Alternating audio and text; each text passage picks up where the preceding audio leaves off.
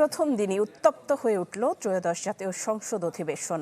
রাষ্ট্রপতি মোহাম্মদ শাহাবুদ্দিনের ভাষণের প্রতিবাদ জানান বিরোধী দলের সংসদ সদস্যরা। প্ল্যাকার্ড দেখিয়ে হট্টগোলের পর ওয়াকআউটও করেন তারা। বলেন, জুলাইয়ে রাষ্ট্রীয় অভিভাবকের দায়িত্ব পালন না করায় শাহাবুদ্দিনের রাষ্ট্রপতি পদে থাকার অধিকার নেই। নতুন বাংলাদেশ গড়তে এলো জুলফিকার স্টিল। জুলফিকার স্টিল, ইস্পাত দৃঢ় অঙ্গীকার। সম্মানিত সদস্য বৃন্দ, মহামান্য রাষ্ট্রপতি। সংসদ কক্ষে রাষ্ট্রপতির আগমনের ঘোষণা, মুহূর্তে নিরুত্তাপ সংসদ হয়ে ওঠে উত্তপ্ত।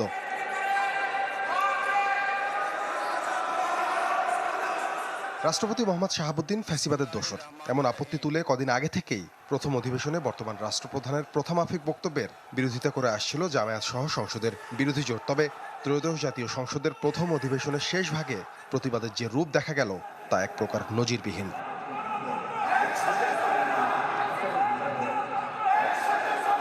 রাষ্ট্রপতি অধিবেশন কক্ষে প্রবেশ করতেই বিক্ষোভে সরব হন বিরোধী জোটের সদস্যরা। প্লাকার্ড উঁচিয়ে দেন মুহুর্মুহু স্লোগান।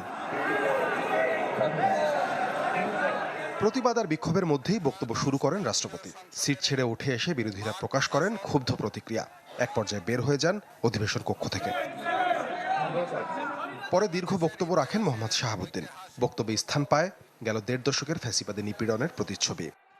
দীর্ঘ ১.৫ দশকের ফ্যাসিবাদী শাসনের অবসানের পর একটি শান্তিপূর্ণ, অবাধ, সুষ্ঠু ও নিরপেক্ষ নির্বাচনের মাধ্যমে নির্বাচিত প্রতিনিধিদের নিয়ে এই মহান জাতীয় সংসদের যাত্রা শুরু হয়েছে। সংসদ থেকে বের হয়ে বিরোধী নেতারা জানান, জুলাই হত্যাযজ্ঞের দায় এড়াতে পারেন না বর্তমান রাষ্ট্রপতি। নৈতিক অধিকার হারিয়েছেন রাষ্ট্রের সর্বোচ্চ পদে থাকার। আমরা দফায় দফায় বক্তব্য দিয়েছি, আমরা মূল জায়গায় বক্তব্য দিয়েছি। ধরে ধরে একটা একটা করে বক্তব্য দেওয়ার কোনো দরকার নাই। আমরা তার নৈতিক বৈধতা বহু আগে অস্বীকার করেছি। আমরা বলেছিলাম যে ফ্যাসিবাদের দোসর এমন কেউ এই সংসদে বক্তব্য দিতে পারবে না, কারণ এই সংসদটা হচ্ছে ফ্যাসিবাদ মুক্ত সংসদ। হাজারো মানুষের রক্তের উপর দিয়ে, আত্মত্যাগের মধ্যে দিয়ে এইখানে আমরা এই সংসদ পেয়েছি। এ সময় আবারও রাষ্ট্রপতি মোহাম্মদ শাহাবুদ্দিনের অভিশংসনের দাবি জানান বিরোধী দলের নেতারা। নাটকীয়তার মধ্য দিয়ে শুরু হলো ত্রয়োদশ জাতীয় সংসদের প্রথম অধিবেশন।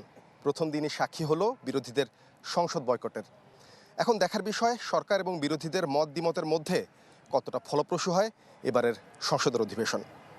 সাদবিন শফিক, চ্যানেল 24, জাতীয় সংসদ ভবন, ঢাকা।